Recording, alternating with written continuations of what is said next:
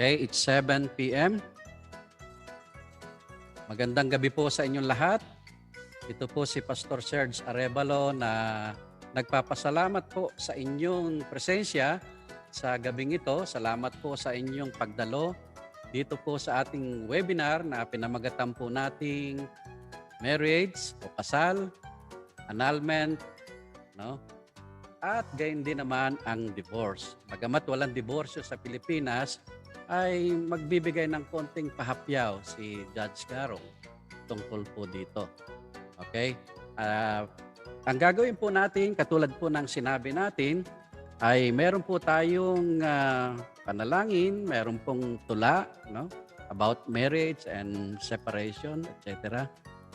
And of course, ang ating pong introduction, and of course, the time of Judge Garong, question and answers, and prayers. Ano po? So, marami pong salamat sa inyong presensya, sa inyong pagdalo. At salamat siyempre kay Judge Rixon Garong sapagkat siya nagbigay ng panahon upang sa ganon ay malaman natin ang tungkol dito sa topic na ating pong pinili. Ako po ngayon ay nandito sa Chosen UMC at dito po ako nag-host ngayon para sa ating lahat. Yan. Maraming pong salamat sa inyo. Papapasukin ko muna ang lahat ng nandito. Yan. At meet all. Maraming pong salamat. Nakikita ko dito, makilala ko lang dito, si Pastor Alexander Calis, Dante, sino pa yung mga nandito? Walang pangalan yung iba eh. Dali po. Pastor Jeremias Dumaya. Yan. Pastor Calis, dala-dalawa talaga yung kanyang cellphone. Si Tess Obico. Sino ba yung Dante? Si Timila, nandito rin. From San Mateo, Rizal. Yan. So, parito lang po nakikita ko sa ngayon. At alam ko, mamaya-maya po ay marami pong papasok dito. Pumapasok si Julieta, si Jelay Valdez, ayan. At marami pa hong iba pamaya-maya. So, ngayon po ay ang gagawin natin, mga minamahal na mga kapatid, ay tayo po ay mananalangin. Manalangin po tayo. Let us pray. Heavenly Father, salamat po sa inyong pangunguna sa amin sa araw na ito. Kami po ngayon ay papasimula ng isang kaalaman upang matuto kami sa buhay at sa relasyon, lalo na o Diyos sa tungkol sa kasal, tungkol sa paghiwalay, at marami pang bagay. Hinihiling po namin o Diyos ang iyong banal na Espiritu ang siyang maggabay sa amin. Gabayan mo rin o Diyos ang aming pong tagapanguna ngayon, ang tagapanayam namin, si Judge Garong. Salamat o Diyos sa kanyang talino, kanyang presensya sa gabing ito. Salamat din po sa lahat ng dumalo sa gabing ito. Dalangin po namin o Diyos, samahan po kami ngayon sa aming pag-aaral sa pangalan ni Jesus. Amen. Ngayon po mga minamahal mga kapatid ay pakikinggan po natin ang isa pong napakagandang tula. Ito po'y talagang hiniling ko na kanya pong tulain para sa atin. Kaya atin pong panoorin ito.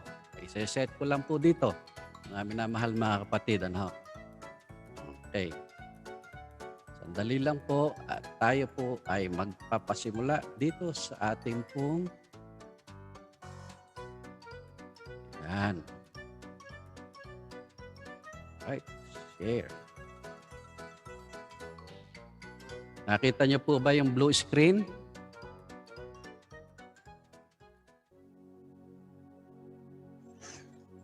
Lalaki at babae na binigkis ng pagmamahal, Pinagtibay sa harap ng Panginoon sa pamamagitan ng kasal, mga salitang binitawan at pangakong dapat panindigan ang nagmistulang kalasag ng kanilang pagmamahalan.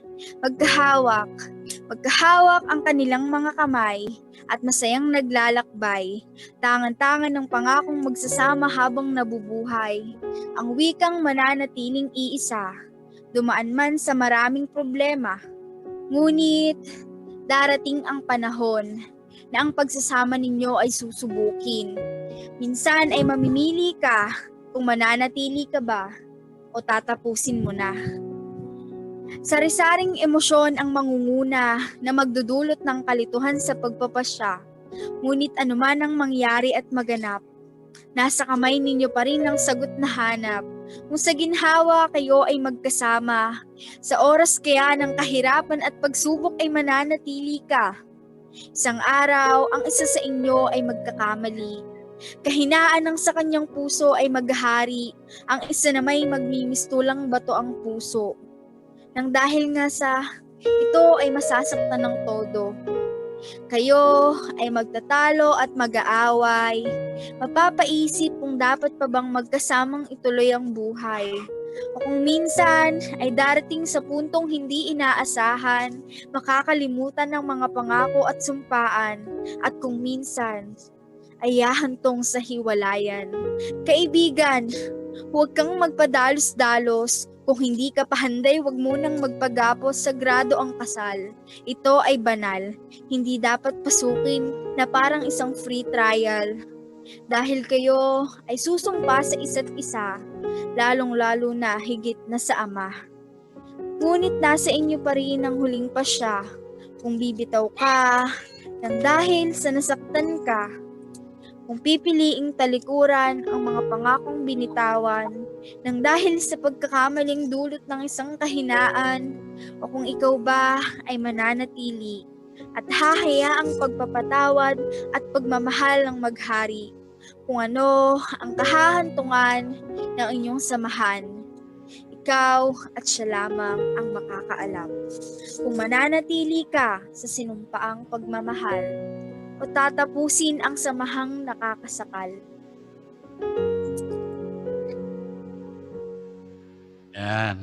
Yan po ang tula ni Desiree Manzano. Miyembro po natin yan sa Valdez. Kung gusto nyong ulit-ulitin, yung pong kanyang tula ay makikita po nyo sa YouTube. Ayan. Ang ating pong channel, pamagat po ng channel natin doon, ay Hope Bringer. Yan. I-search po ninyo yung Hope Bringer, makikita po nyo yung kanyang napagandang tula. Maraming salamat. Maraming salamat, Desiree. Hindi ko alam kung nandito siya ngayon. Ano? Hindi ko siya nakita. Anyways, maraming salamat kay Desiree Manzano. Mga minamahal mga kapatid, tayo po ay magpapatuloy sa ating gawain. Ipagkakalob ko po sa inyo ang ating pong panauhin na tagapanayam sa gabing ito. Siya po ay eldest child ni Reverend Dr. Jeronimo Garong at ni Perlita Magno Garong. Yan. At siya po ay pinanganak noong November 5, 1968. Siya po ay kasal kay Rowena Mina Garong at miyembro po natin siya, isang magiting na leader ng United Methodist Church at siya po ay taga Hain, Nueva Ecija. Ang ating pong kapatid na ito ay nagtapos ng BA in History sa PCU as a scholar at gayon din nagtapos din siya ng Bachelor of Laws sa Manuel L. Quezon University. At meron din siyang Master of Public Administration sa UP Diliman. Ano? At nag-aral din po siya ng Master of Laws sa pamantasan ng lungsod ng Maynila. At kumuha din siya ng 36 units ng Doctor of Philosophy in Public Administration sa NEUST. Ang ating pong kapatid na ito ay marami pong professional experience. Kung isa-isahin ko po, napakarami po nito. Pero ang sasabihin ko po sa inyo, siya po ay Vice Executive Judge ng Regional Trial Court sa Lingayen, Pangasinan. Nagsimula siya doon noong September 2020, last year, hanggang sa kasalukuyan. At siya rin ang presiding judge ng Regional Trial Court, Branch 37, Lingayen, Pangasinan, na in-appoint po ni President Duterte noong October 10, 2016 hanggang sa kasalukuyan. Nais ko pong ipagkaloob sa inyo si Judge Rixon Magno Garong. Magandang gabi po, sir.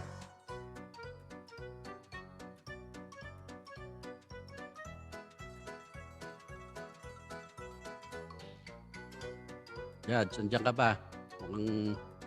Ayan. Nakamute po kayo. Ayan. Ayan. Okay na. Yes.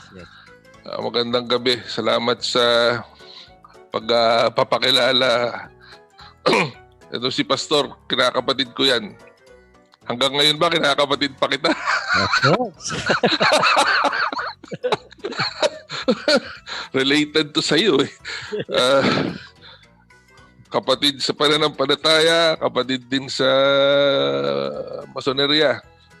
Amen. At, salamat sa pagkakataong ito. Nagkataon naman na nakalib ako ngayon.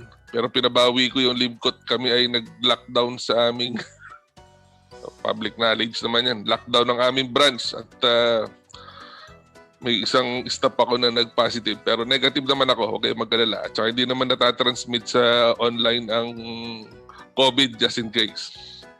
Anyway, binigyan ako ng pagkakataon to talk about marriage laws in the Philippines. What I will give you is yung details, yung oversight details, and yung iba, we want to clarify things sa Q&A siguro. Pero ano ba, free-flowing ba tayo? In the middle of the lecture, pwede na sila magtanong o after? It's up to you, Judge, kung okay lang sa'yo. Or ang ginayak natin after your speech or lecture ay yung Q&A. So it's up to you. Hindi, kung mayroong importante lang at hindi nila maisusulat siguro, it would pass by their mind. Magbati na lang, ikaw na bahala. But kung kaya naman ng after nga, sige, okay lang din naman ako. All right. Thank you. We will proceed. Teaser lang muna, Pastor. Yung una, yung gastos sa pagpapakasal. isang JPEG. Ito ang gagastusin nyo, most likely. Ayan. Nakita ko lang yan sa Facebook. Nakikita nyo ba? Parang maliit eh. Ang sabi nung computation niya, sa pinakasimple niyong kasal, gagastos kayo na 175,430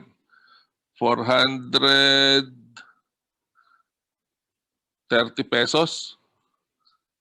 Nakikita niyo ba? So, yan yung gastusin nyo sa pagpapakasal. And most probably, yan ay kasal sa simbahan o sa kapilya. Kaya sometimes, if somebody will ask my advice, saan ba pwedeng magpakasal na simple lang, sabi ko, Sosgad, kasi wala kayo talagang, babayaran nilang is 300 pesos for marriage fee and makakasal kayo na hindi kayo gagastos masyado.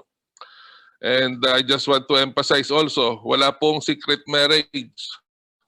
Baka may magtanong mamaya, unahan ko na. Walang secret marriage. Ang secret marriage, secret lang yan between the two parties that agreed to enter into marriage marriage life, no? For as long as the requisites ng kasal, essential and non-essential requirements are complied, hindi pwedeng sabihing walang valid yan dahil yan ay secret marriage. So wala tayong tinatawag na secret marriage.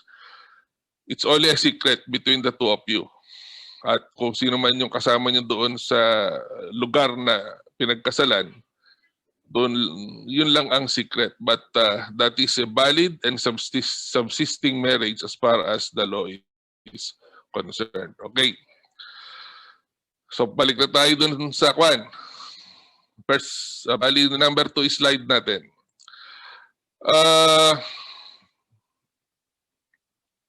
Doon tayo sa PowerPoint, Pastor.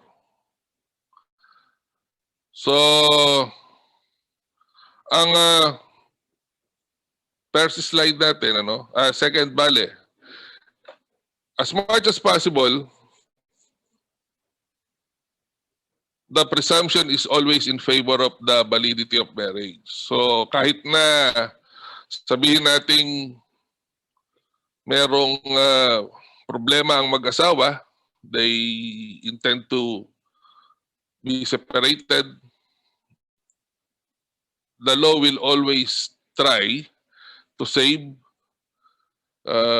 the marriage, and the presumption is always in favor of the validity of marriage. So, kasi yan ang basic social institution, di ba? The next is, ano ba ang marriage? So, family code defines marriage as, excuse me, a special contract of permanent union between a man and a woman entered into in accordance with law for the establishment, blah, blah, blah. It is the foundation of the family, an inviolable social institution whose nature, consequences, and incident are governed by laws and not subject to stipulation, except that marriage settlement, hindi ko kasi makita. Tingnan muna. Pwede bang minimize yung screen? Okay. Except marriage settlement that may fix the property relations during the marriage within the limits provided for by the family code. So, ito ang definition ng marriage. So, it is contract. Totoo yung sinasabi nila. Piraso ng papel, kontrata. And this contract is a special contract. Because usually, sa ordinary contracts, ang contract is subject to terms and conditions. Di ba? Ang contract will good only for the number of years stipulated doon sa contract. So pag sinabi natin contract of employment, so that contract is good only for 5 years, 10 years, etc. But this contract, special siya kasi this contract is permanent. Hindi siya pwedeng, ala siyang term limit. And also, it is a union, it's very specific yan, between a man and a woman. So, as of the moment, we will only solemnize, even the churches will only solemnize marriages between a man and a woman. Nothing more, nothing less. Okay.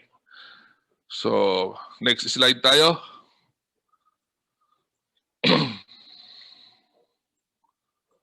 So, okay. Dali lang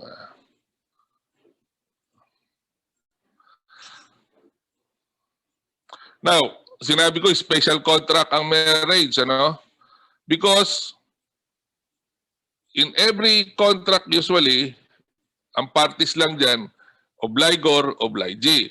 O yung debtor, creditor. Yun lang yung mga kontrata dyan. But another consideration sa marriage contract, why it is a special contract, is because three parties ang involved dito. Man, woman, and the state. And the state is represented either by is represented by the solemnizing officer, either yung pastor, ministers, priests, judges, members of the judiciary, etc. Okay?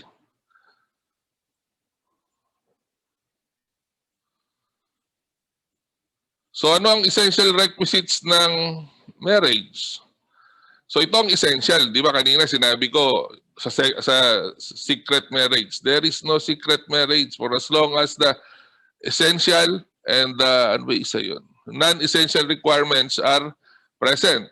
So ano yung essential requisites? Legal capacity, at least 18 years of age, male and female, and not any impediment, not under any impediment to marry. Then second, consent freely given in the presence of the solemnizing officer. So dapat 18 years old ka, hindi ka pwede. Previously, during the during the civil code, under civil code, 16 years old ang lalaki, 14 years old ang babae, pwede nang ikasal. Ngayon, hindi na. Each party, male or female, must be 18 years old, the least. Then, consent freely given. Consent freely given. Before, doon muna tayo sa essential na isa, before any solemnizing officer. Okay? Okay, next na.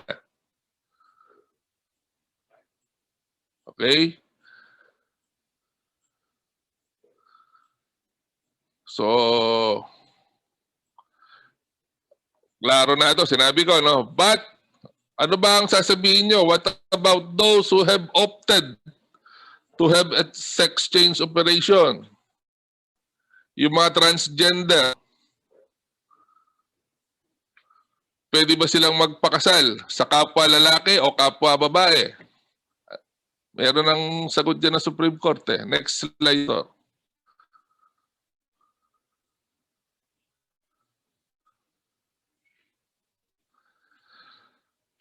Now,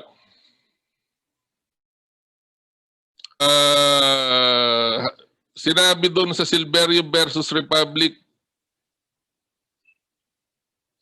of the Philippines and Republic of the Philippines versus Kagandahan.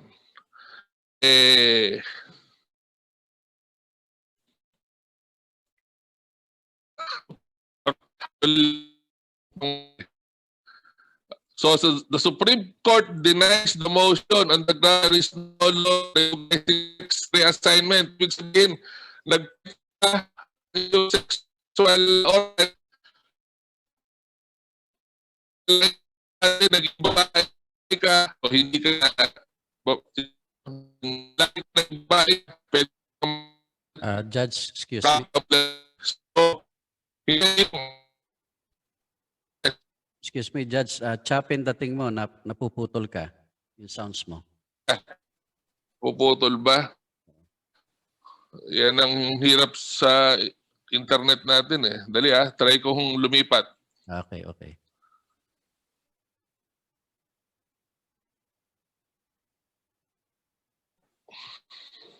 Hello? Yes, yes. Now, okay. Better? O okay? Okay. So, balik tayo doon. Ano? Si lalaki, nagpa-sex transplant, naging babae na siya, pwede na ba siyang pakasal kay kapwa lalaki? Sabi sa Silverio versus Republic, no. There is no law recognizing sex reassignment. And the termination of the person's sex is at the time of his birth or her birth.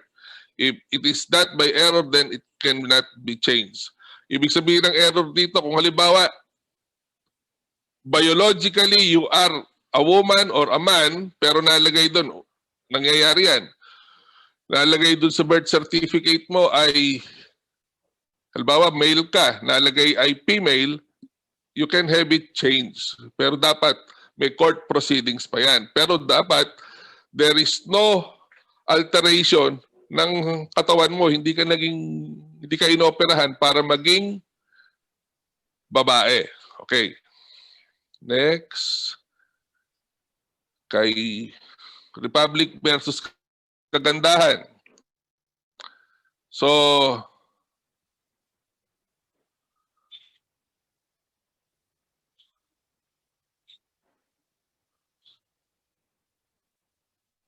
Sa lower court, dininay pa rin niya yung application ni Kagandahan para magpakasal sa kapwa niya, parang lalaki rin to na nagpa-sex change, transgender.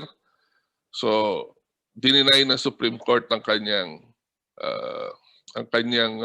pakiusap. So, hindi pwedeng magpakasal ang nagpapalit ng kasarian sa kapwa niya, kung ano man yun, kung anong kasarian man yun. Okay, next. What do we have here? Sige.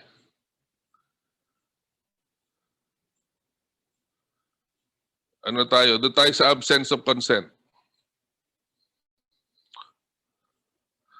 Ano ba yung absence of consent? Pag ikaw, yung shotgun marriage, actually, that is, halimbawa, napilitan kang magsabi ng I do, pero may nakatutok na baril sa'yo, that is absence of consent. So yung kasal-kasalan, hindi freely given ang consent doon. Yung theatrical marriages, yung kasal sa sa mga movies, hindi, kahit na nag-I do sila doon, sa harap ng solemnizing officer, that cannot be considered as a giving of or voluntary giving of consent. Okay, next. So other legal impediments that may affect the legal capacity of a person to contract marriage. Ano yon? Prior subsisting marriage, bigamous marriages. So kung halimbawa may subsisting marriage or even marriages ang isang party, hindi pwedeng ikasal. So kung kaya nga meron tayo ngayong Senomar para yung certificate of ano ba yun?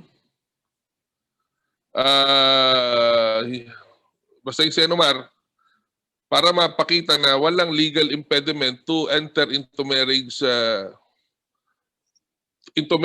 ang isang tao. Then incestuous marriage. Ano ba ang incestuous marriage? Ito yung pagpapakasal sa malapit mong kamag-anak. Now, whether legitimate or illegitimate, full blood or half blood. So kung ikaw ay ikakasal sa iyong tawag dito, sa kapatid mo sa ama, half blood, incestuous marriage yan. Kung ikaw ay ikakasal sa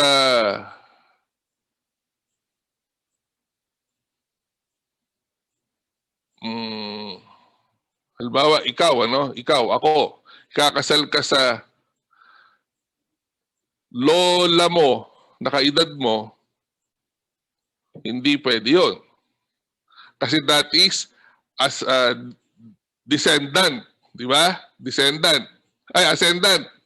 Sa taas yan, descendant, pababa. Ascendant, lola mo, nakaedad mo, hindi kayo pwede magpakasal. Direct descendant mo, pamangkin mo, hindi ka pwedeng magpakasal. Now, yung kapatid mo may anak na illegitimate. Pwede ba kayo magpakasal? Hindi. Illegitimate anak na illegitimate, hindi pwede. Now, pinsan. Yun bang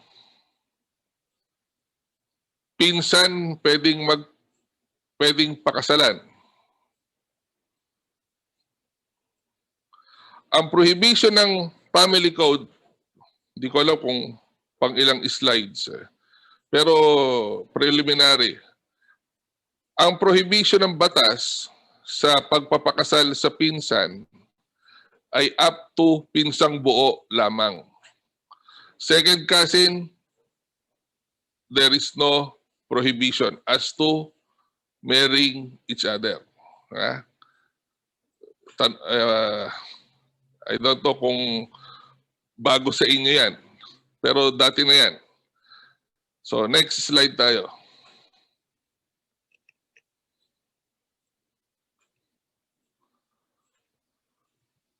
Now, ano pa yung legal impediments na may affect the legal capacity of a person to contract marriage?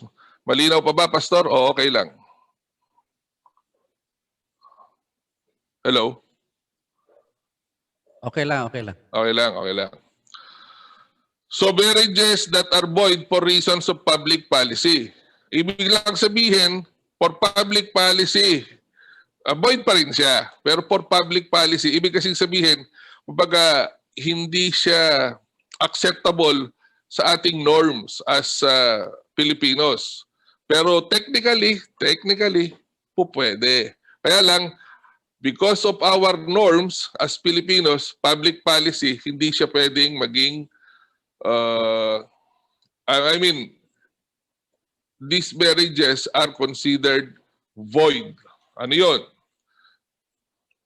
So, between blood relatives up to 4th civil degree. Ito yung pinsang buo. Kasi may mga lines kami dyan. So, when you count the lines, it will reach up to your first cousin. So, yung first cousin mo, o pinsang buo mo, hindi pwede yan dahil sa public policy. Magpapakasal ang step-parents and step-child. Hindi pwede. Magpapakasal ang biyanan sa hipag, sa manugang. Hindi pwede. Yung adopting parent sa kanyang adopted child, hindi pwede. Yung surviving spouse ng nag-adopt at nung in-adopt, hindi pwede. Between adopted child and the legitimate child of the adopter. Yung in-adopt na bata at yung legitimate na anak, hindi pwede. Because technically, they are siblings.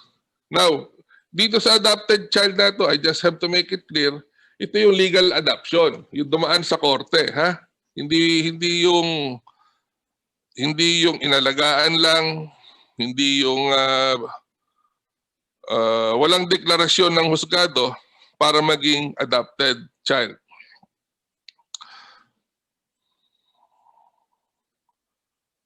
Then, between adopted children of the same adopter. So, yung mag-asawa, yung isang nag-adopt, 3 anak niya na puro adopted, isang lalaki, 2 babae, nagkagustuhan yung 2, papakasal sila. No, that cannot be done. Between parties where the intention to marry the other killed the other person's spouse or her own spouse. So yung halimbawa, para mabiyuda siya, pinapatay mo yung asawa niya, pakakasalan mo siya, hindi pwede yun. Okay? Next. So ano yung valid naman with this na may relasyon? The following marriages are considered valid between brother-in-law and sister-in-law. So halimbawa, ikaw ay nabiyudo, may kapatid na babae yung asawa mong namatay, pwede kayo magpakasal, walang problema. Between stepbrother and stepsister, because they have no relationship whatsoever, actually, except that they are stepbrother and stepsister. Between the adopted child and the illegitimate child of the adopter. So kung merong illegitimate child yung nag-adopt sa bata, pwede silang magpakasal but not legitimate. Then between adopted child of the husband and the adopted child of the wife. So itong si Mr. may adopted child. itong si Mrs. may adopted child. Nagkagustuhan sila, pwede silang magpakasal. Okay, next.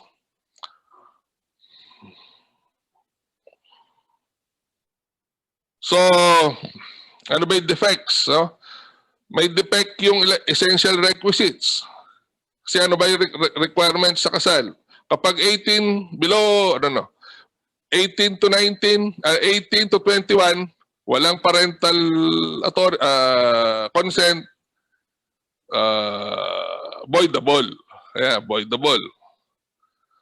So kapag ang party between 18 and 21 years of age, the marriage is performed without parental consent, voidable lang siya. So if naglapse na yung period para magpa-annul sila or what, they did not want to have their marriage annulled, nagiging valid na ang voidable. Yung voidable marriage, that is valid until declared as void. Okay? Then another thing, when consent is vitiated by fraud, violence, intimidation, or undue influence. So halimbawa, shotgun wedding. Yung consent mo is not freely given, but after the lapse of time, nakisama ka ng maayos, nagsama kayo ng maayos, minahal nyo ang isa't isa, at hindi naman kayo naghiwalay, hindi kayo nagkaroon ng chance na magpa-annul, that voidable marriage will be considered, moot and academic na. Hindi naman, kaya lang na magiging void yan pag may nag-file ng declaration of nullity or whatever, action, legal action para ma-declare siya as void marriage. Next. So yung formal requisites of, yun, nakalimutan ko yun kasi, essential and formal. Yung sinasabi kong non-essential, that is formal requisite. So formal requisites of marriage, so authority of the solemnizing officer. Yung bang nagkasal sa inyo o magkakasal sa inyo ay may authority to solemnize marriage. Second, a valid marriage license, except marriages of exceptional character. Then, a marriage ceremony which takes place with the appearance of the contracting parties before the solemnizing officer and their personal declaration that they take each other as husband and wife in the presence of not less than 2 witnesses of legal age. So, solemnizing officer with authority. So, ito yung may license. At kinasal yung parties, the marriage was solemnized within the territorial jurisdiction of the solemnizing officer. So kung ang solemnizing officer, katulad ng mga elders ng church natin, usually nationwide ang kanilang authority to solemnize marriages, they can solemnize marriages kahit saan dito sa Pilipinas. But be sure that their authority to solemnize marriage is valid. Then, valid marriage license. So, yung marriage license, tandaan nyo, walang marriage contract na i-issue if there is no marriage license. So, marriage license is a prerequisite for the issuance of marriage contract. So, valid marriage license. And marriage license is good for 120 days from date of issuance. Otherwise, paso yan after 120 days. So ano yung except for exceptional o marriages of exceptional character? Kapag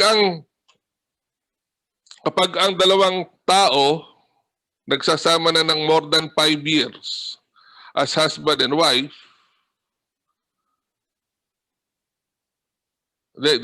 balik muna tayo doon, Pastor. Dinidiscuss ko na muna itong mga to para in passing na lang tayo mamaya.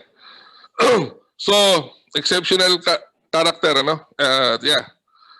So ang mag-asawa, ang partner nagsasama na for more than 5 years, exempted na sila for marriage license. They only have to get a certificate from barangay chairman where they were living or they are living for more than 5 years as husband and wife. Wala nang marriage license yan. Marriages in articulo mortis, ano yun? Yung point of death. Ang marriage license kasi, ipapaskil pa yan. It will be good for publication for 10 days, etc. Hindi ko maalala. So kapag marriage in articulo mortis, mamamatay na yung isang party, hindi na kailangan ng marriage license. Kasi paglabas ng marriage license, malamang nailibing na yung isang partido. Now, mayroong nagbibiyahe sa eroplano.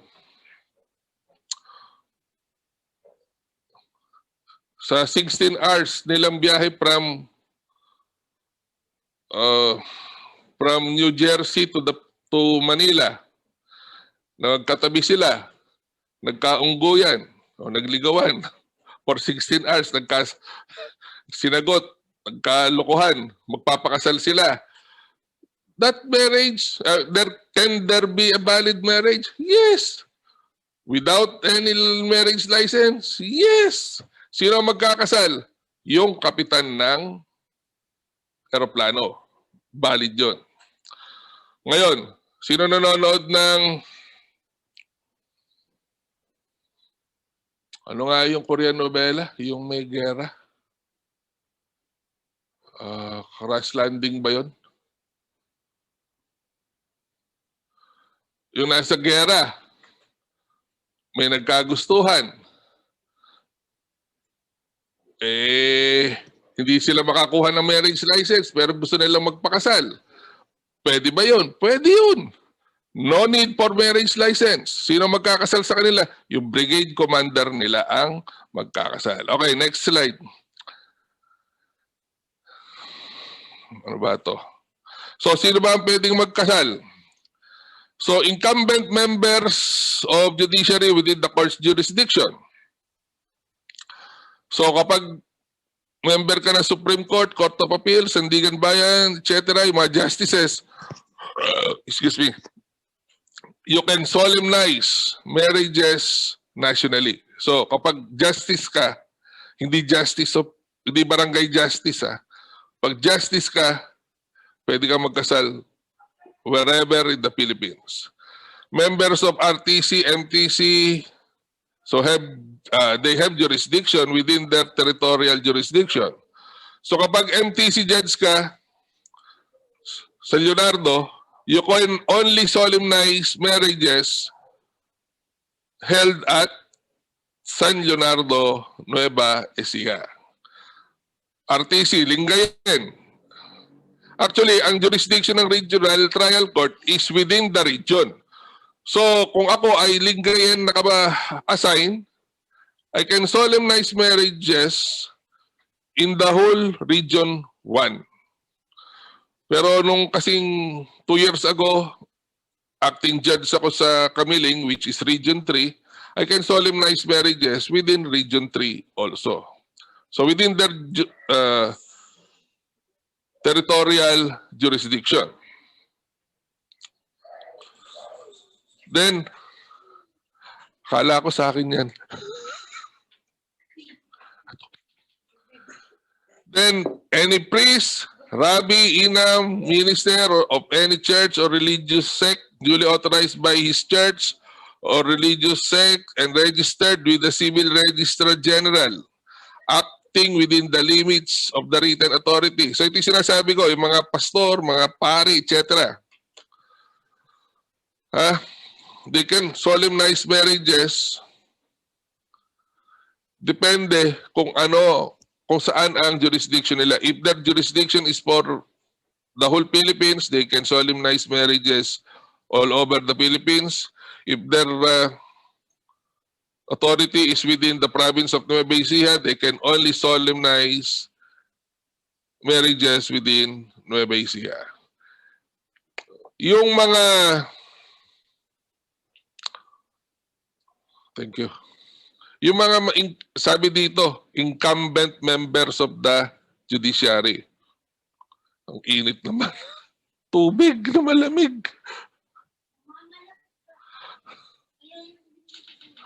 Incumbent member of judiciary. Incumbent, ha? Ibig sabihin, kasalukuyang nanunungkulang miyembro ng husgado. Sorry na lang po dun sa isa kong kakilala natin, pero kinuha naman na siya ni Lord. Even beyond his tenure as judge, nagsosolemnize pa siya ng marriage, which is not proper. Okay, next. Ayan yung sinasabi ko, ship captain, airplane chief. Ayan, ha. Military commander.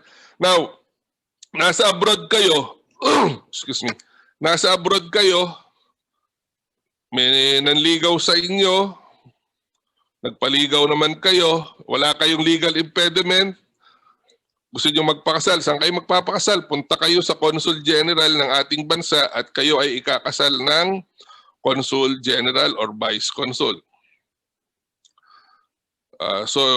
Marriages only between Filipinos abroad. Sa family code, tinanggal na ang mga mayor. Tinanggal ang mga mayor sa family code na magkasal. Kaya lang binalik sila ng local government code na pwede nang magkasal. Inalis sila ng family code kasi, yan, nakikita nyo naman, nagagamit sa politika kasi ang pagpapakasal sa mayor.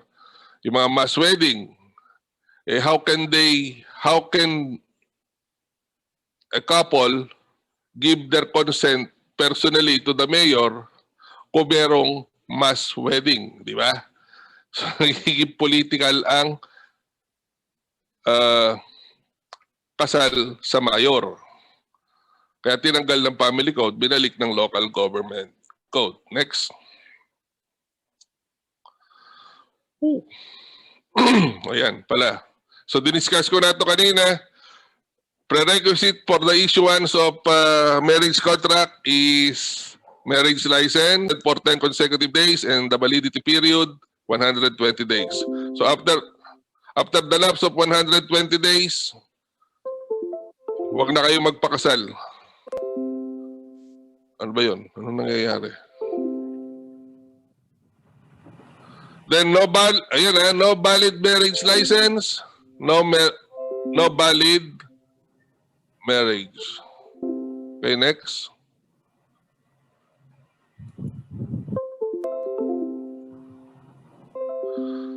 So marriage ceremony, wala naman talagang requirement or prescribed form as to marriage ceremony. So ang importante, the personal appearance of the parties before the solemnizing officer. Okay, next.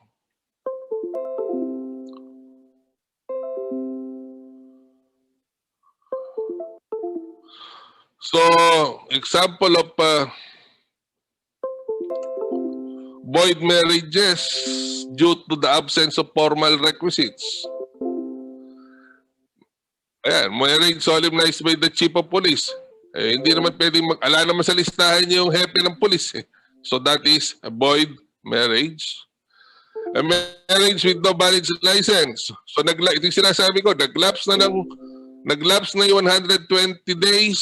So that is wala nang valid marriage license yan.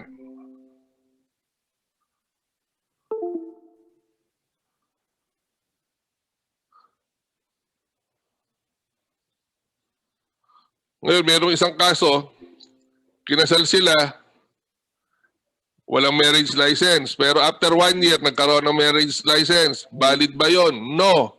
They have to be married again. Okay, next.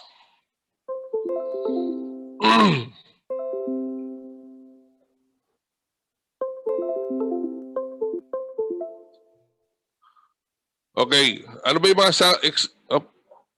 Asa ba yan? Ayan yan. Diyan muna tayo. Example of void marriages due to absence of...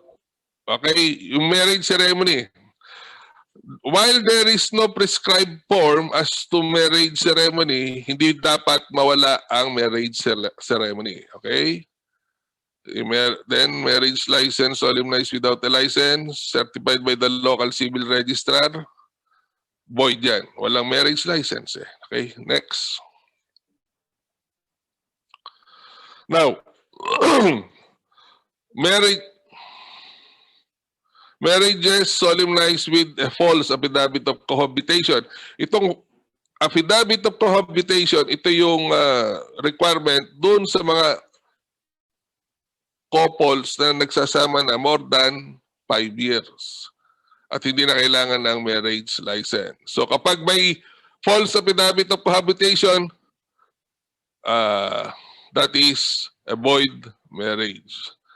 Ayan, meron ng kaso Supreme Court dyan. At malamang dyan, si Kapitan na administrative pa. Okay, next.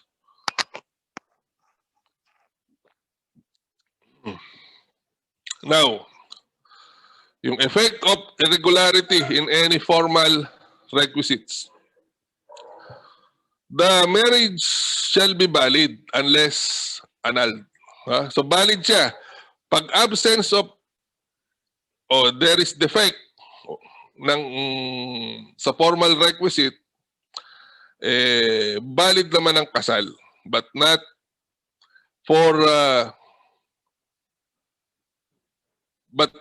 with regard to essential requisite.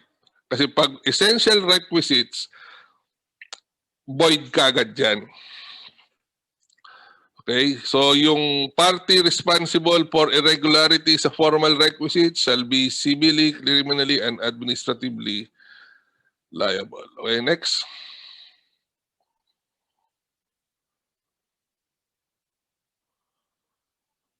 Wag na yan. Next na tayo. Ayan, yung mga judges na nagkasal ng mali-mali, ayan, may mga kaso sila. Okay, next. Okay. Void and voidable marriages. Annulment versus declaration of nullity. May mga differences, tingnan natin. Okay, void marriages. Under the family code, the basis for determining what constitute void marriages are as follows. Una, lack of one or more of the essential and formal requisites of marriage, reason of public policy in special cases and situation. So kapag hindi ka 18 years old, pineke yung marriage contract, ang age mo, that is a void marriage. Walang marriage license, that is a void marriage. Walang marriage ceremony, that is a void marriage. Walang authority ang solemnizing officer, that is a void marriage. Okay? Next.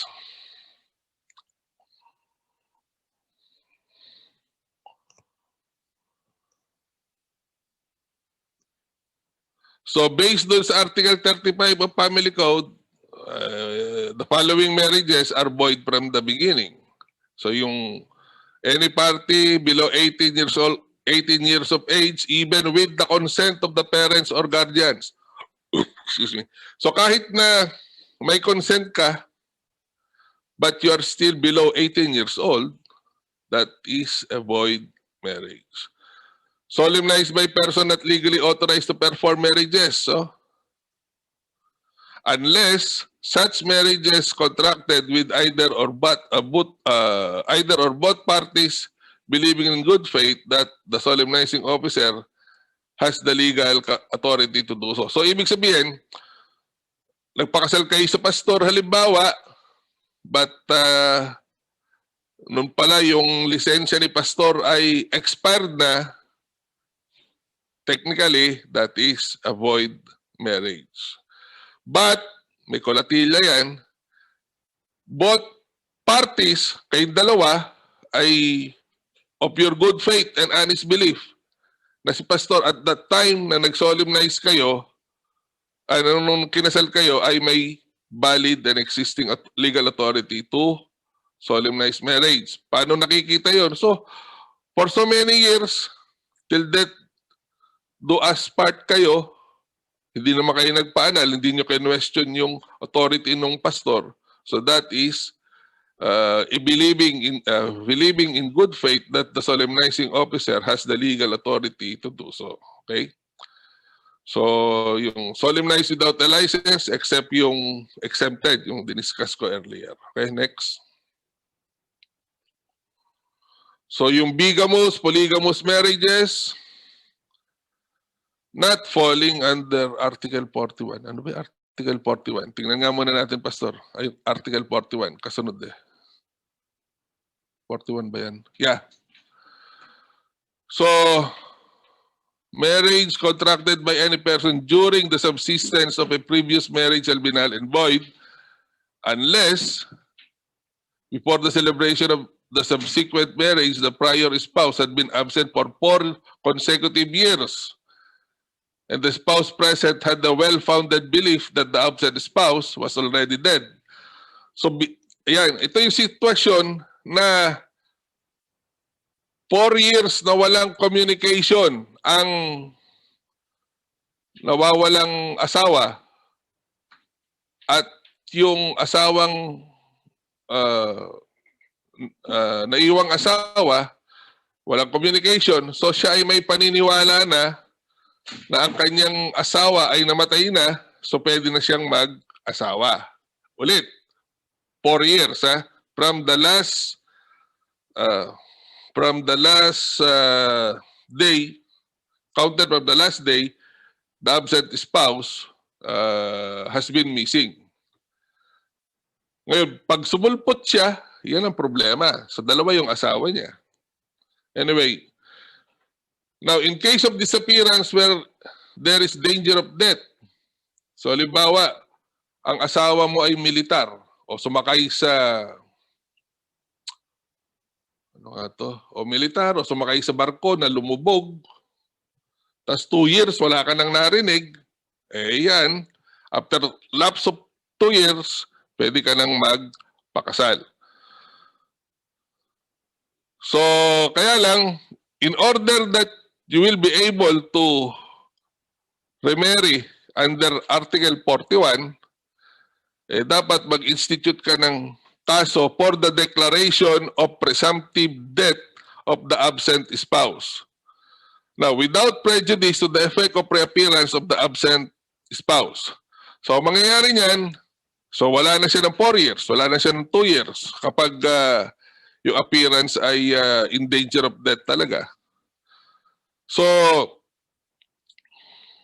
magdi-declare ang korte na presumptively patay na yung missing o absent spouse without prejudice to the effect of reappearance of the subject of the absent spouse. Ito yung komplikado dyan, sa totoo lang. So, pag dumating, nag-reappear, sino nanood nung sa dulo ng bahaghari? Di ba dumating si Philip Salvador? Kalanora? Yun. Di ba? Nalaman nang namatay siya, tapos biglang dumating, pero si Nora naman hindi nagpakasal. So, kung nagpakasal, 2 asawa niya. Okay, balik tayo, Pastor, doon sa previous slide. So, those contracted through mistake of one contracting party as the identity of the other. So, nagkamali daw siya. Akala niya, kambal yung pinakasalan niya, mali pala yung nakasal sa kanya. So, mistake of fact. Then, those subsequent marriages that are void under Article 53. Meron ba akong Article 53 dito? Baka meron later na lang. So, next slide tayo.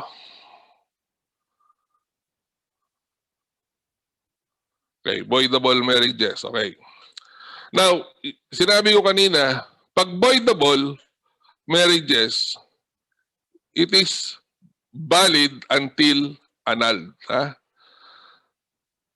Hindi nyo pwedeng sabihin voidable yung kasal natin, hindi na tayo magsasama. pwede kayo magsama and it will only be considered as void after the court declared it as such. Okay?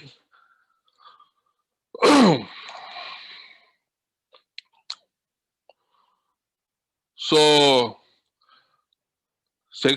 Article 45, so ano yung mga voidable marriages?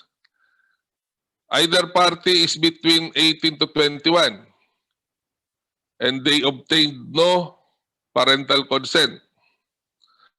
Di ba? Requirement dyan. Basta 18 to 21, kailangan mo ng parental consent. Now, wala kayo parental consent,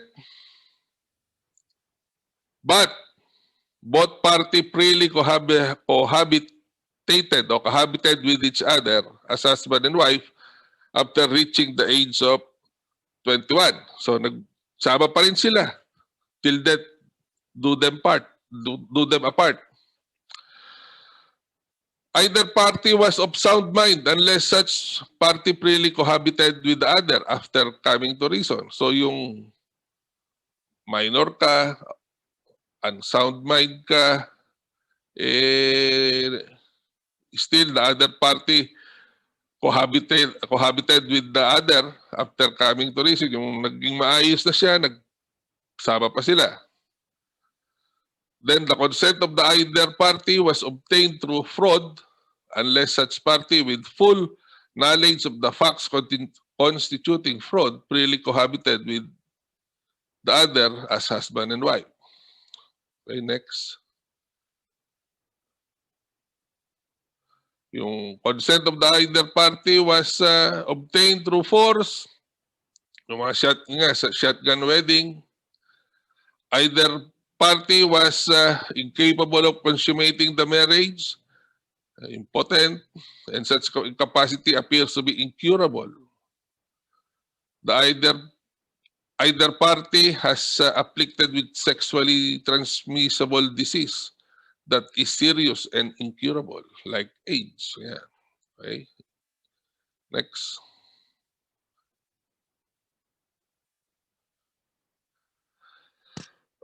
Now, for fraud, ito yung what constitutes fraud in order for annulment to prosper. Non-disclosure of previous conviction by final judgment of a party of a crime involving moral turpitude. Yung tinago mo yun na ikaw pala ay na-convict sa salang rape. Yung mga may moral turpitude, yung nasira, yung hanapin nyo lang sa dictionary, moral turpitude para mas madali nyo maintindihan. Concealment by the wife of the fact that at the time of the marriage, she was pregnant by another man, not her husband. So sabi niya, buntis ako, pakasalan mo ako. Where in fact, the woman was impregnated by another man. So that is fraud. Concealment of a sexually transmissible disease regardless of its nature, existing at the time of marriage, or concealment of drug addiction, habitual alcoholism, homosexuality, or lesbianism existing at the time of the marriage. Okay? So, ano bang pagkakaiba ng void at voidable marriages? So, as to effect, pag void marriages, these are in existence from the beginning and thus produce no legal effects, not capable of ratification, and children born thereof are considered as illegitimate.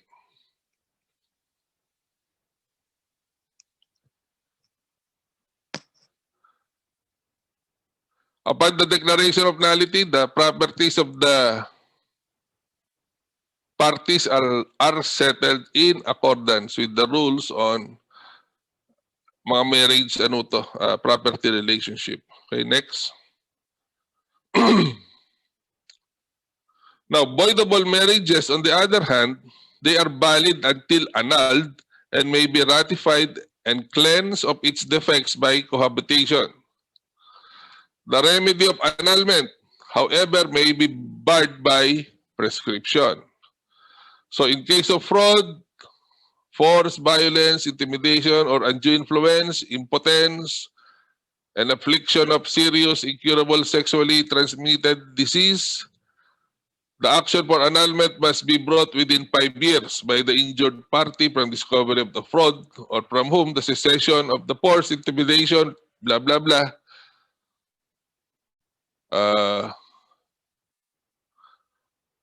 lumipas na, no?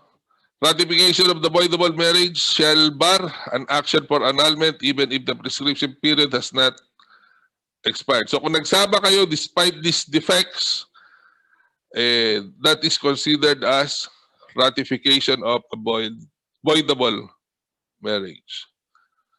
Okay? Article 36, Declaration of Nullity. So in some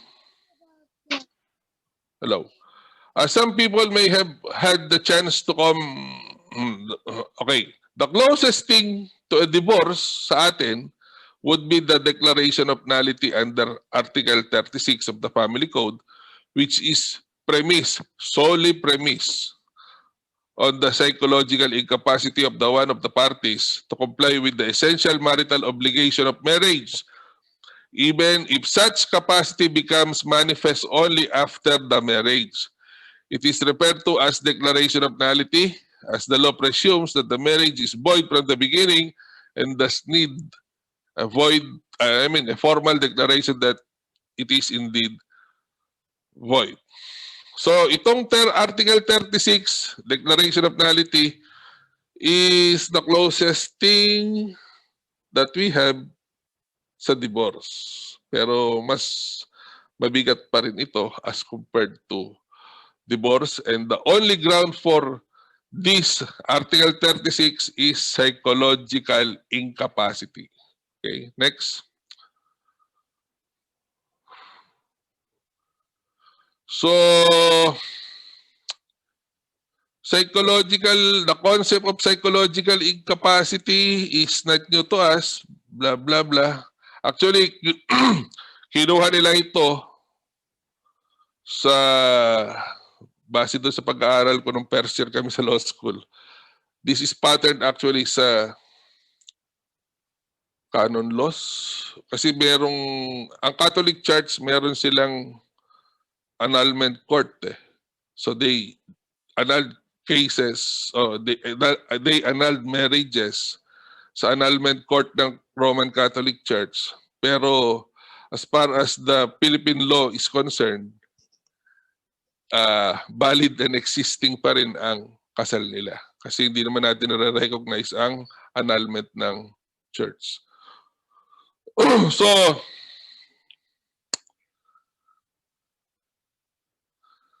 So, psychological incapacity, tandaan nyo, kasi maraming nagre-react, psychological incapacity does not pertain or it does not relate to the person's mental capacity or physical condition.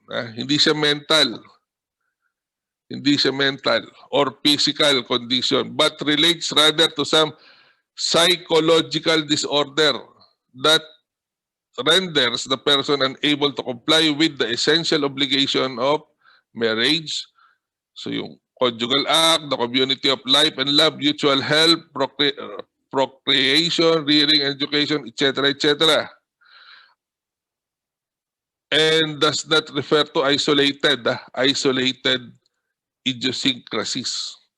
So dapat dito manifest talaga ang pagiging psychologically incapacitated to perform the essential requisite of marriage.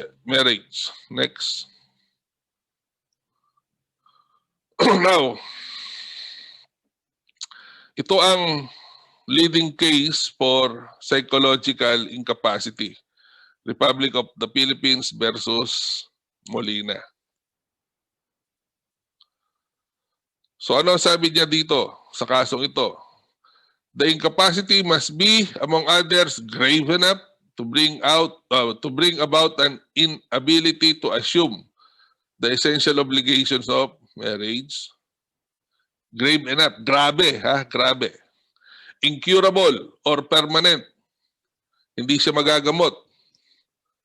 Present at the time of marriage, even if its effect became manifest only after the marriage. So, nag-exist na siya during the time of marriage. Pero the manifestation that the person is psychologically incapacitated, nag-manifest lang after ng marriage and during the duration of the marriage. Clinically and medically identified and proven by expert. Kaya nga pumasok dito ngayon ang psychological examination, mga psychologists, para i-determine ang fitness or how grave the psychological incapacity of one of the parties or one of the spouse. Okay, next.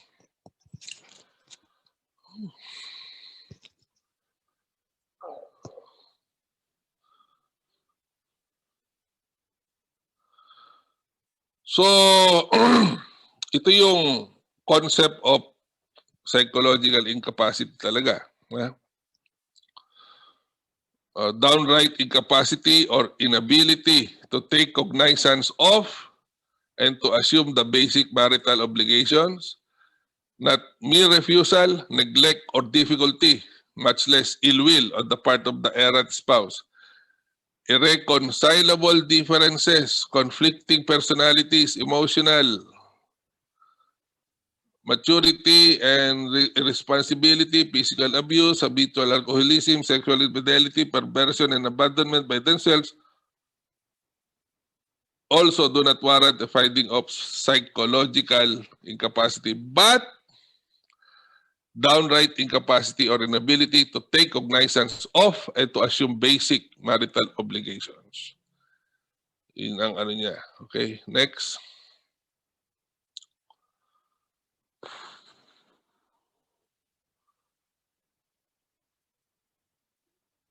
So, People versus Molina, nandiyan na yung guidelines as to annulment or by reason of psychological incapacity. There must be, yun ang importante dyan, there must be findings coming from an expert. And this expert is the psychologist who examined both parties. Okay, next. So who has the burden of showing the nullity of the marriage? It is the plaintiff or the one who files the petition.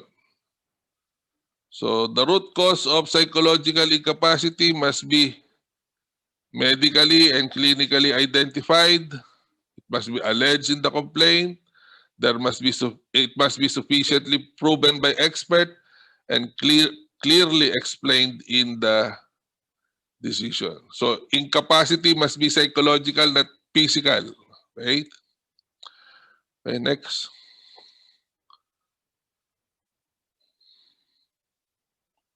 Hindi, wag na yan.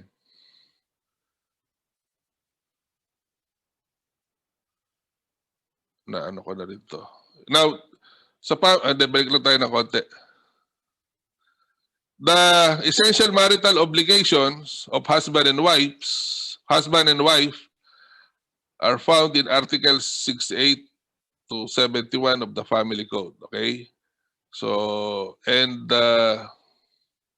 Articles 22, 220, 21, and 25, yan yung mga obligations sila. Kung may kopya kayo ng Family Code, you can read it and self-explanatory naman yung mga yan.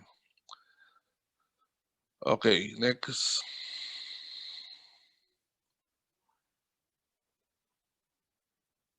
O yun pala, yung sinasabi ko yung Roman Catholic Church. National Appellate Matrimonial Tribunal of the Catholic Church. So, dyan nila kinuha yung psychological incapacity. They are not controlling or decisive to the but should be given great respect by our courts. But we are not bound by their decision. So no decision shall be handed down unless the Solicitor General issues a certification which will be quoted in the decision briefly stating that the reason for disagreement or opposition. So dapat, pag mayroong annulment case, talagang magpa-participate ang gobyerno through the office of the Solicitor General, because as what I've said earlier, the presumption is always in favor of the subsisting of the existence of the marriage. Okay, next. Hindi. Diyan tayo, sige.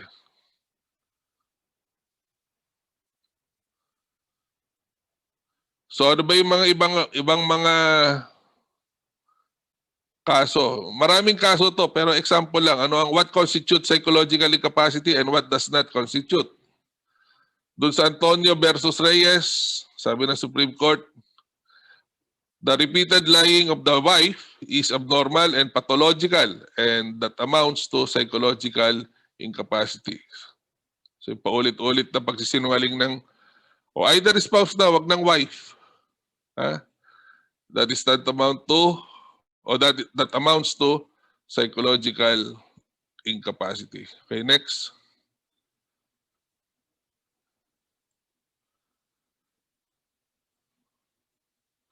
Sige, next.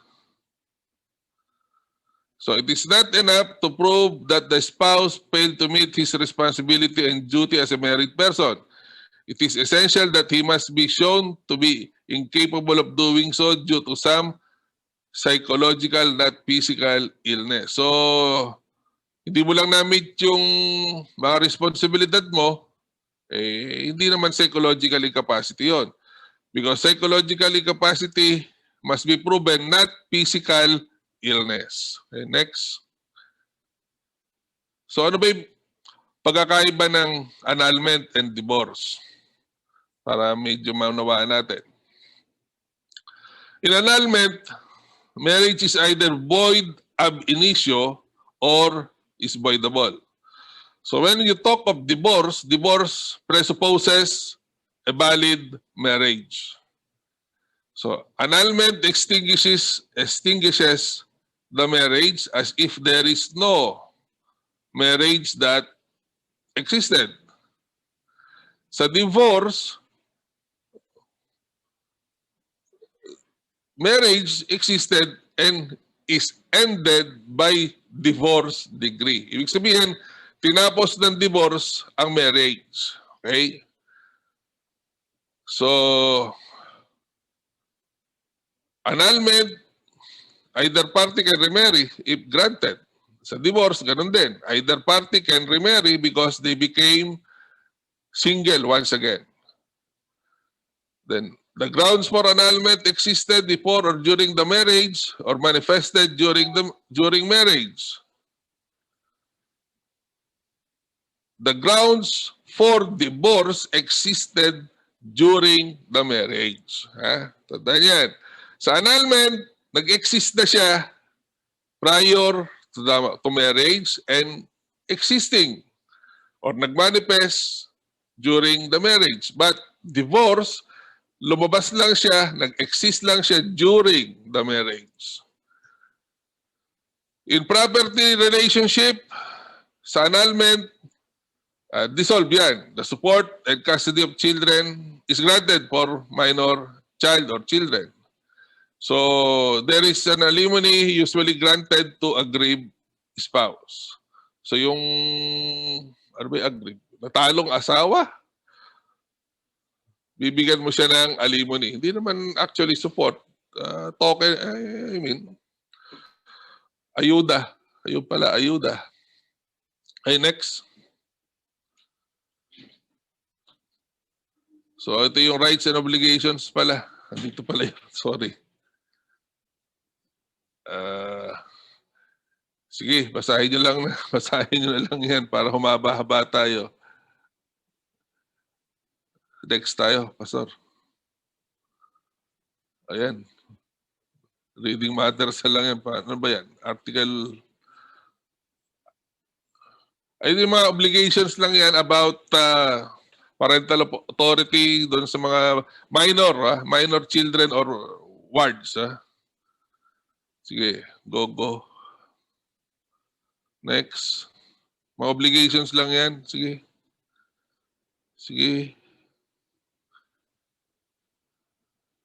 Okay. So, itong magandang tanong. So, given a valid marriage between two Filipino citizens, where one party is later naturalized as a foreign citizen and obtains a valid divorce. So, this presupposes two Filipinos who were married, tapos yung isa, naging naturalized citizen ng isang bansa. So, naging American citizen, halimbawa. And that naturalized citizen obtained a valid divorce. Now, yun bang Filipino spouse, pwede nang makipag-asawa muli under Philippine laws. Nakuha nyo? Mag-asawang Pilipino, yung isa naging naturalized citizen ng US, halimbawa. So itong si US citizen na, nag-file ng divorce, nag-grant yung divorce. So ibang asawa niyang Pilipino, pwede nang mag-asawa muli dito sa Pilipinas. Okay, next slide. Now, Article 26 ng Family Code. Ano ang sabi doon? So, all marriages solemnized outside the Philippines in accordance with the law in force in the country where they were solemnized and valid there as such shall be valid in the Philippines except those prohibited under articles blah blah blah. Okay. So, ibig sabihin nito, lahat, first paragraph, kung may nagpakasal na dalawang Pilipino sa abroad, valid ang kasal doon, yon ay valid din dito sa Pilipinas. Okay, settle tayo doon. Second paragraph, sabi, where a marriage between a Filipino citizen and a foreigner is validly celebrated and a divorce thereafter obtained abroad by the alien spouse capacitating him or her to remarry, the Filipino spouse shall have capacity to remarry under the Philippine law. Now, second paragraph speaks of a foreigner. So itong si Filipino citizen nagkaroon ng asawa. So halimbawa, nag-asawa siya ng Hapon, valid na divorce doon, nagpa-divorce si Hapon, pwede siya mag-asawa si Hapon, so pwedeng mag-asawa si Pilipino dito sa Pilipinas. Wala tayong issue doon. So valid, how about former Filipino citizen who became a naturalized citizen of another country? Next slide. Okay, Republic versus Cipriano Orbisido, the third. Ang sabi doon, sa desisyon ng Supreme Court, for divorce to enable the Filipino spouse to remarry must as ruled by the Supreme Court.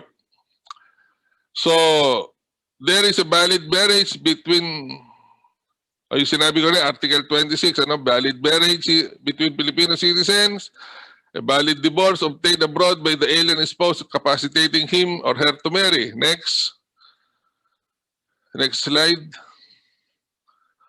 The reckoning point is not the citizenship of the parties at the time of the celebration of the marriage, but their citizenship at the time a valid divorce is obtained abroad by the alien spouse. Meaning, it's not the citizenship of the two Filipinos that will rule when they got married, but their citizenship at the time a valid divorce is obtained abroad by the alien spouse. So, ibig sabihin, itong si Pilipino na naging American citizen at nagkaroon ng valid divorce, it follows ng kanyang Pilipinong asawa ay pwede na ring makapag-asawa dito sa Pilipinas. Okay. Klaro yan, ha? So, pwede na mag-asawa kahit dalawang Pilipino. Yung isa pasang rule dyan is foreign national. And it must be determined at the time a valid divorce was obtained by the alien spouse. So that's it. Salamat.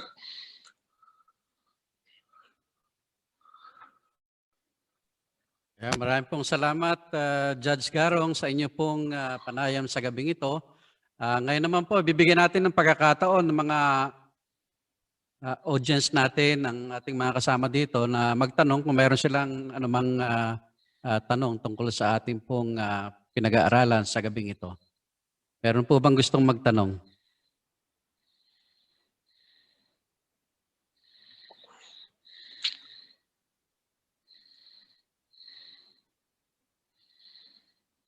Hello? Meron bang gusto magtanong sa inyo dyan? Si Pastor Carlos po, sir. Ito si Pastor Dumaya. Sige, Pastor, magtanong ka. Si Pastor Carlos daw po magtatanong. Pastor Calis. Okay, Pastor Calis. Ano yun?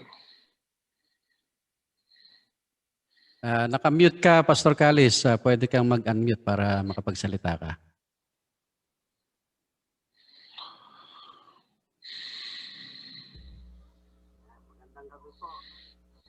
Okay, lakas, Pastor. Hindi na marinig. Magandang gabi po. Magandang gabi po sa inyo. Magandang gabi po. Magandang gabi po. Pakilakas ng konti. Usually po ba ang mga ilang taon ng process ng Pakilakas ng konti, Pastor. pag nagparasos po ba ng annulment, ilang taon ang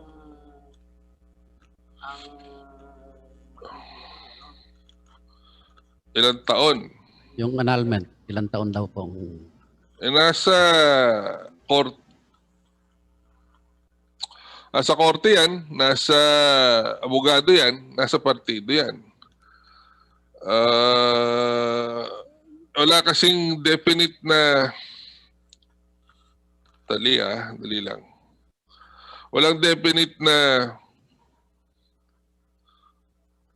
period para tapusin ng annulment But sometimes, kung kompleto naman at madire-diretso ang proceedings, in 2 to 3 to 5 years, I mean, matagal na yun. In 3 years,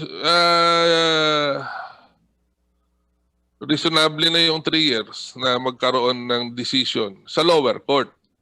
Kaya lang kasi, mayroon pang solemn obligation ang Solicitor General para mag-appeal. Ngayon, kung di sila mag-appeal, well and good. Ano na yan, tanggap na nila yan. Magiging final and executory na yung annulment na dineclare ng Supreme Court, ng lower court, ng RTC.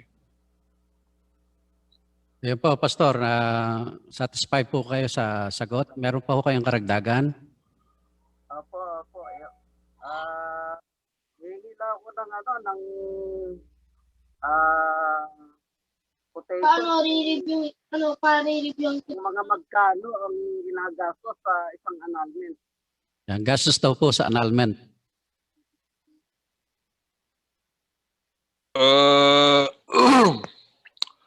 Sa annulment kasi, totoo lang, ang nakakaalam ng gastos dyan, yung mga abogado Ang alam ko lang, siguro filing fees. Hindi naman aabot ng, I don't know, parang, baka nasa, more or less, ang filing fees aabot ng 10,000. Pero yung gastos talaga, lalo na yung sa abogado, sa psychologist, at kung ano-ano pa, sila ang nakaka-determine dyan eh.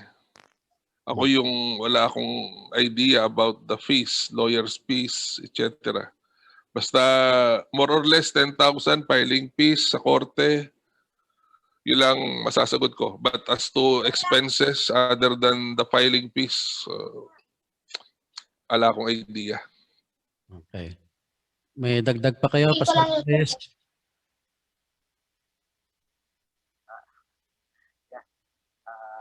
Usually, Garong, kung may pwedeng attorney na malapitan, meron ba kayong mga pwedeng i-recommend na mas mababa kaysa sa Hindi ko yung mababa kasi hindi ko masasagot kung ano yung mababa at mataas sa kanila. Hindi ko alam. Wala akong idea how they charge cases for annulment daw. Kasi nung nagpa-practice ako, yung lahat-lahat ng gastos, nag-charge ako ng 100,000.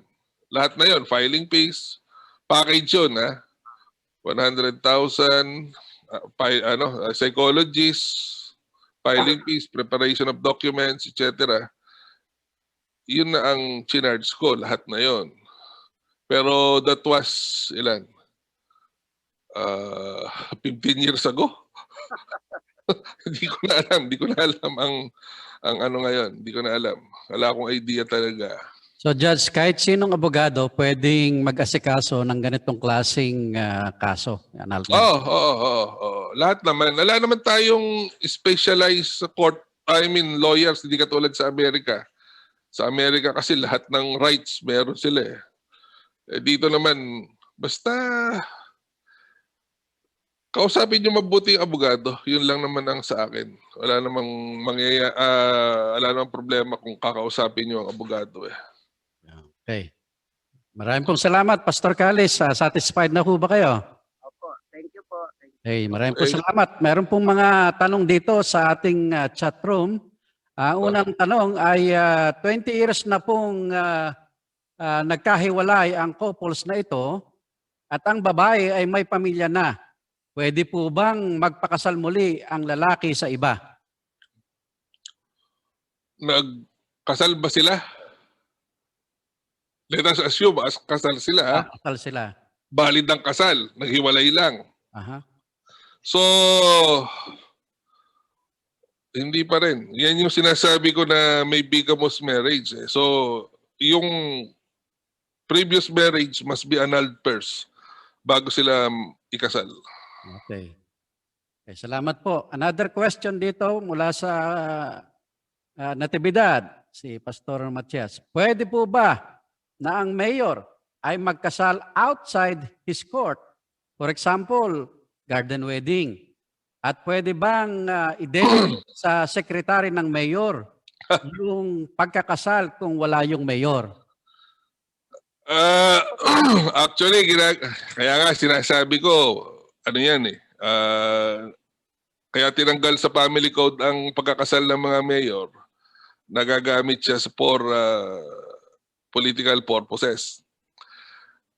Ganito, no? Sa amin kasi sa husgado, I don't know sa church wedding, sa aming husgado, may request dapat ang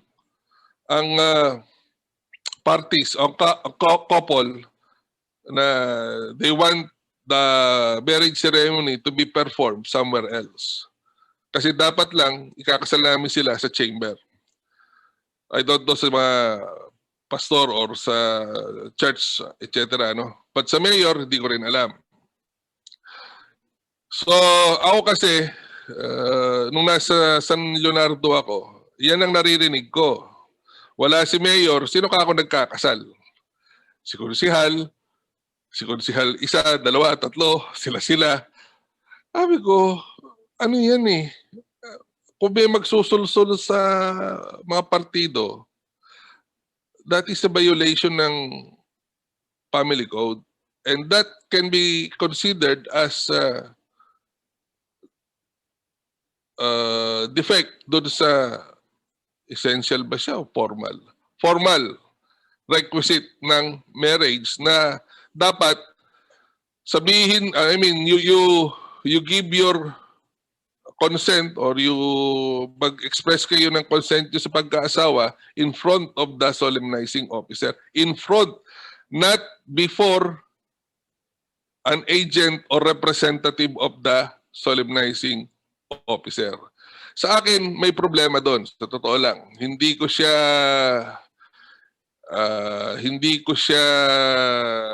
tinotolerate at hindi maayos yun as far as I'm concerned. Okay. Pero kung halimbawa may request sa garden, katulad sa amin, halimbawa magre-request, gusto po namin dito ikasal, basta may written request, walang problema sa amin yun. For as long as we can accommodate the schedule. Pero kung wala, sa chamber sila ng judge. Pero yun nga, iba kasi yung sitwasyon ng mga mayor at saka ako I do not really give acquiescence to dun sa representative ng mayor na nagkakasal at hindi siya mismo ang nagkakasal. Mhm. Alright.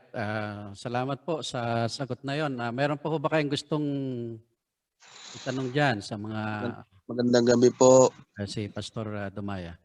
Maraming salamat po, Judge, sa Ay, linaw po na explanation. Kasi po may mga members din po kami na ayan po, may mga problema rin po sa pamilya. Meron po kasi akong dating membro po na yung pong lalaki gusto na po makipag-anal pero ayaw po ng babae. Paano po yun, Judge? Ibig sabihin po, hindi po mapupurso po yung yung pag-aanal po nila kung ayaw po ng isang partido. Hindi, actually, hindi ako natatawa sa senaryong mga ganyan. Pati nga sa mga nanonood ng telenovela. Hindi ako pipirma ng annulment, sabi. Talaga naman hindi ka pipirma ng annulment dahil hindi naman divorce yan. Apo. So kapag walang sabihin hindi ako pipirma, hindi ka, I don't need your signature actually. You still file the annulment case kasi pag nag-annul ka, kapag pumirma with my conformity, ay i-deny ng husgado yan. Kasi dapat ang annulment, adversarial yan, kung tutusin. Hindi dapat, kasi may collusion sasabihin nga nila, may cooling off period pa yan, may investigation ng piskal to determine whether the parties collided para mag-file ng annulment. So kapag may pirma ang babae o either party, may pirma na okay lang po sa akin ang annulment, collusion yun, that will be denied. So kung walang pirma, walang pirma. Mag-file siya ng annulment kung yung ground for annulment is nandun at feasible. Otherwise, hindi siya magpapile dahil walang dahilan. Alright. So, ibig sabihin po, Judge, kahit po walang yung babae, pwede po magpurso yung lalaki na Wala. Hindi na kailangan ng pirma ng babae. Humanap siya ng abogado niya. Once na nag-file yung lalaki, maghanap siya ng abogado niya para i-depensa siya kung gusto niyang lumaban. Kung hindi niya gusto lumaban, yun na lang nang gawin. Kung sino ba? Sila ba pastor dito? Yun lang advice ko usually. Kung ayaw niyo nang lumaban, ayaw niyo nang makisama, kung meron magpapail ng annulment, wag na lang mag-participate. Wag nang sagutin yung answer, wag na mag-file ng answer. Hayaan na lang. Kung talagang wala naman ng dahilan para magsama sila. Ibig sabihin po, Judge, yung pong mga attorney na nakakausap din po nito ay ang payo daw po kasi niya, dapat daw may consent yung babae din. Paano po ba yan, Judge? Ganun po yung ng attorney. Ano yung sa graduate? So pwede po pala yon yung kahit po yung isa lang po mag-file, kahit wala consent yung ano. Oh, sa divorce, I mean, yung divorce, okay yon. But we do not follow the divorce rule as of the moment. Wala tayo eh. Bagamat sa lower court, sa lower house, sa House of Representatives, inaprubahan na nila yung divorce bill. Sa Senate, masyado silang ipokrito dun eh. Ayaw nilang itakel. Para bang ang titino nila. Kaya wala tayo alang mangyayari sa divorce natin. Yun na po, Judge. Salamat po at nalinawan po ako doon at yun na po sasabihin ko sa nagtatanong. Okay na. Salamat po, Judge. Okay. Salamat, Pastor, sa inyong tanong. Dito, Judge, sa annulment, ang ground ba, isa lang talaga yung psychological? Pag Article 36, wala kang ibang ground dyan, kundi psychological incapacity. But kung ang ground mo is yung lack of essential requisite nga, halimbawa, parehong below 18. Aha. So that is void na talaga, void ab initio. So you have to declare it as a void marriage. Kasi ang psychological incapacity 36, considered siya na voidable lang naman. As far as I'm concerned. Pero void din yan eh. So voidable siya, it is valid until declared as void. Kasi nagsasama kayo eh. Diba? So there is a presumption that the marriage is valid. So kapag 36, wala kang ibang ground for declaration of nullity but psychological incapacity. Yun lang ang... Salamat po. Pwede bang magbigay kayo ng proseso, step by step, kung papaano mag-file hanggang dumalo sa litigation nitong annulment?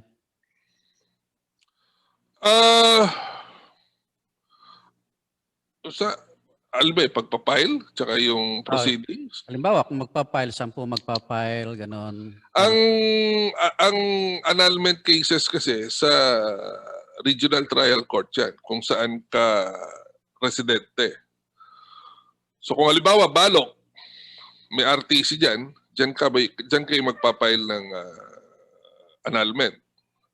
So kung halimbawa sa Gapan o Cabanatuan, sa Cabanatuan at Gapan, o kung ano yung sakop ng korte. So kung 4th District ng Nueva Ecija, sa Gapan sila magpapile ng annulment. Yung 4th District. 3rd District, Cabanatuan. So Balok, ano ba district yung Balok? Kasi hati-hati yan eh. Dito sa May Balok na RTC, may Santo Domingo na RTC. Oh, okay.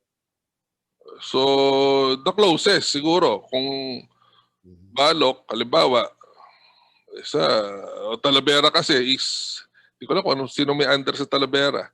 Talavera may RTC rin yata eh. Anyway, basta civil annulment cases, RTC yan. So magpapile kayo ng petition. Tapos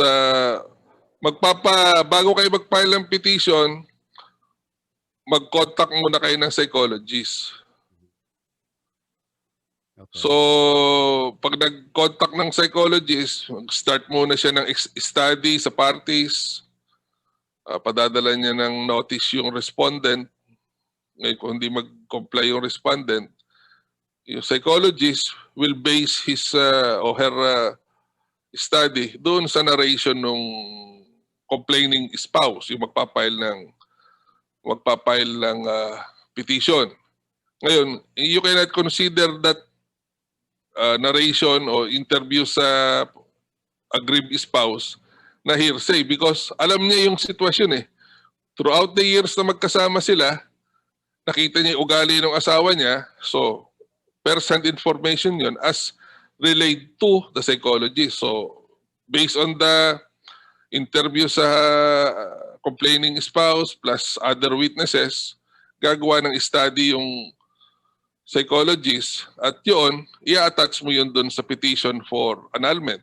So after kompleto na lahat, file mo ang petition sa RTC kung saan ka malapit. So mag-issue ng summons yan. So pag-file niya, kailangan may notification na sa ano yan, sa Solicitor General dahil sila ang abogado ng Estado. At may 6 months period pa yan para cooling off na sinasabi. So sa 6-month period, walang gagawin. Pending yan. Kumbaga, reconciliation efforts will be done for the spouses to settle, to enter into compromise, magkasundo. So kapag 6 months, hindi naman wala namang nangyari. So saka pala magkakaroon ng mag-start ang proceedings. So yun, file ang kaso, notification, answer. Sabi ko nga, para hindi na for practical reasons, kung talaga namang nag-uusap yung mag-asawa at huwag nyo na lang akong i-quote kung meron kayong pagsasabihan. kung nag-uusap naman yung mag-asawa, walang bad blood, yung respondent, yun yung sinasabi na pirma. Wag na siyang pumirma doon sa summons. Wag niya i-receive niya yung summons. Wag na siya mag-answer, wag na siya mag-participate kung gusto niyang maanal yung kasal. Otherwise, kung mahal niya yung asawa niya, lumaban siya. So doon nagkakaroon ng mahabang proceedings. Kasi magpipresenta yung petitioner, magpipresenta ng ebidensya yung respondent. So yun. Hanggang sa siguro 2 to 3 years, matatapos ang kaso sa RTC. Kung pabor doon sa petitioner, kapag ang Solicitor General may problema sa buhay, magpapahil ng appeal yan, doon magtatagal. Pero kung ang Solicitor General maunawain sa sitwasyon at alam naman niya may basis yung annulment, hindi na magpapahil ng appeal yan. Now, kung lumaban yung respondent, natalo siya, magpapahil din ng appeal yan. Either way, may appeal, kaya doon humahaba. Alright. Wala na po tayong oras. Meron pong isang huling pahabol na tanong dito. Sabi po dito, I filed anti-violence against women Abause. and their children sa husband daw niya. Kung may panalo ko po ba yung kaso na yon, ground po ba yon sa annulment? It can be. Kasi violence na yan, pwede siyang gamitin as a ground. Pero just the same, ang gagamitin mong ground dyan is Article 36, psychological incapacity. Bakit siya violente? Bakit niya ginagawa ito? So, pwedeng magkaroon ng impact yung sa bawsi. Alright. Maraming pong salamat, Judge, sa inyong panahon. Salamat po sa lahat ng dumalo sa gabing ito. At nagpapasalamat po tayo ng marami sa inyong lahat at siyempre sa ating butihing Judge Rixon Garong sa kanyang pagbibigay ng time sa atin upang maliwanagan ang tungkol sa ating usapin sa gabing ito. Sa ating pong pagwakas ay hinihiling po natin si Pastor Matias sa panghuling panalangin. Pastor Matias, can you lead us in prayer? Sige po, tayo po manalangin. Banal at makapangyarihang Diyos, nagpapasalamat kami sa isang mabiyayang gabi sa pamamagitan ng panayam ni Judge Garong. Salamat po sa kaniyang pagbibigay ng panahon upang maraming mga bagay kaming matutunan at magamit namin sa aming mga parishioner kung kinakailangan. O Diyos, gayon din salamat po sa pangunguna ng aming kamanggagawa. Dr. Sergio Arevalo, maging sa mga kamanggagawa na naging bahagi ng panayam na ito. Ang amin pong panalangin, naway tulungan nyo kami at samahan kami na sa lahat ng aming mga ginagawang paglilingkod, ang lahat ng ito ay magbigay ng kaluwalhatian sa iyong banal na pangalan. Minsan pa aming Ama, hinihiling po namin na ingatan kami sa bawat araw ng aming mga paglilingkod, lalo higit